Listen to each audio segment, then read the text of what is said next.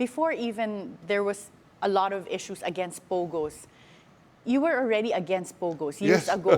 Yes, How did you correct. try to prevent POGOs from coming in the Philippines? No, I tried to prevent the continued operation of POGOs in the country. This was Why? in what year?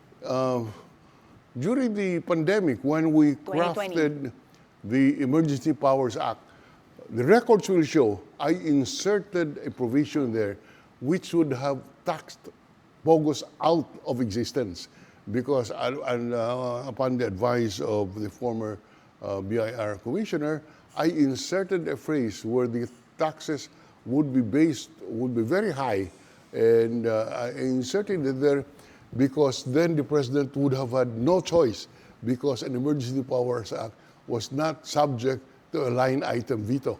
So when Duterte signed the Emergency Powers Act, ang kasama doon is a very high tax rate on the POGOs, which would have taxed them out of existence. But back But then- the Supreme Court Yes. declared it unconstitutional. Yes, actually, as a lawyer, I would also wonder if that would be considered like a rider or Well, something that's yes, unconstitutional. Karen, but I was proceeding on the theory that this is an Emergency Powers Act, and therefore the one one subject, one title could be not relaxed apply. because it is an emergency, and there is jurisprudence which would sustain the theory. But back then, why would you already want the POGOs to exit the Philippines? Were you seeing indications of illegitimate activity? Yes, we were already receiving reports.